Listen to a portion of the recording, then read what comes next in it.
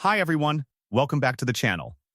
In today's video, I'll show you how to password protect an Excel file using Microsoft Excel. So, let's get started. First, open your Excel file on your computer. Now, click on the File tab in the top left corner. From here, select Info. Next, click on Protect Workbook. A drop-down menu will appear. Select Encrypt with Password. Now, enter the password you want to set, then click OK. You'll be asked to confirm the password, so type it again and click OK. After that, press Ctrl+S or click on Save to apply the changes. Browse through the file location, choose a folder, then click on Save. That's it. Your Excel file is now protected with a password.